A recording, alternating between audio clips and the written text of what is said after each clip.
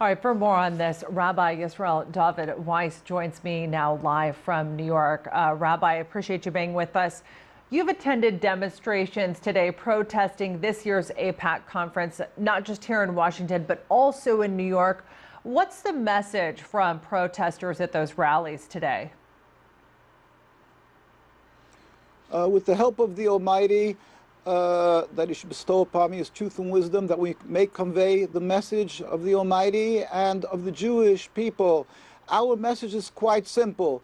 We are a religion called Judaism that we've been practicing for 3,000 years. It is to be subservient to God and uphold His covenant, the Torah. But unfortunately, a little over 100 years ago, a movement called Zionism has really hijacked our religion for a base material nationalism, mostly by non-religious Jews.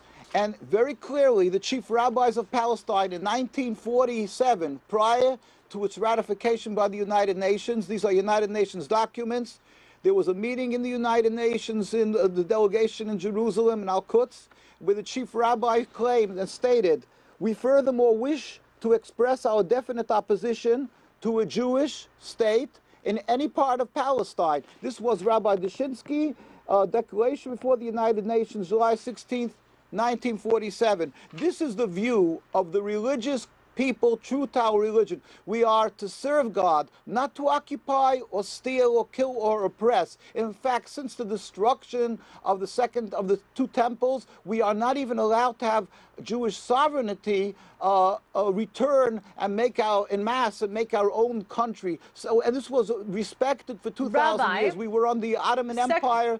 Right. Yes. Rabbi, if I can interject for a moment, the Secretary of State, Mike Pompeo, equated anti-Zionism today with anti-Semitism. I want to get your reaction on that comparison. That is part of this Nakba, the tragedy, because never the twain shall meet.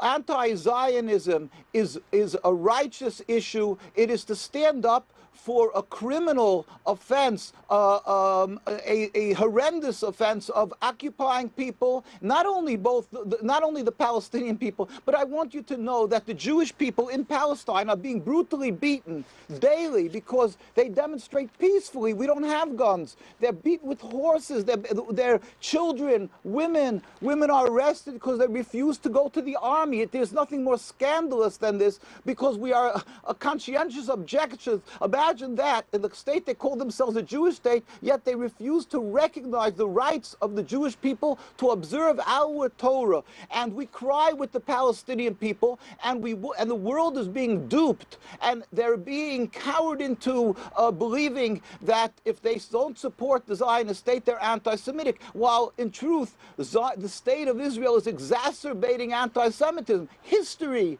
is, in the Ottoman Empire, history is proof how Jews coexisted in harmony, even though we have a different religion than the Muslim people, but that was never an impediment to coexistence. The impediment is the creation of a flawed, selfish occupation state that's masquerading in my religion. And the Zionists, who mostly don't look religious, look at Netanyahu, they don't suffer when they go around the world. The Jewish people who look like Jews, who are true to our religion, are hated and detested because of what the actions of the Zionists that is against God. We plead with the world, do not be intimidated, speak up and hear the voices of the Jewish communities in Jerusalem, the hundreds of thousands of Jews who are living there, who are gathering there, and around the world, whether it is in England, whether it is in Canada, wherever there is a very religious community, they are anti-Zionist, and they are pleading with the world, respect us, respect that we can uphold our religion. My grandparents died in Auschwitz. We suffered because we were Jewish. Rabbi, and now Zionism is only unfortunately, creating more we have bloodshed. to leave it there. Yes. Appreciate you being with us, Rabbi. Thank you very much. Thank you for being with us on the program.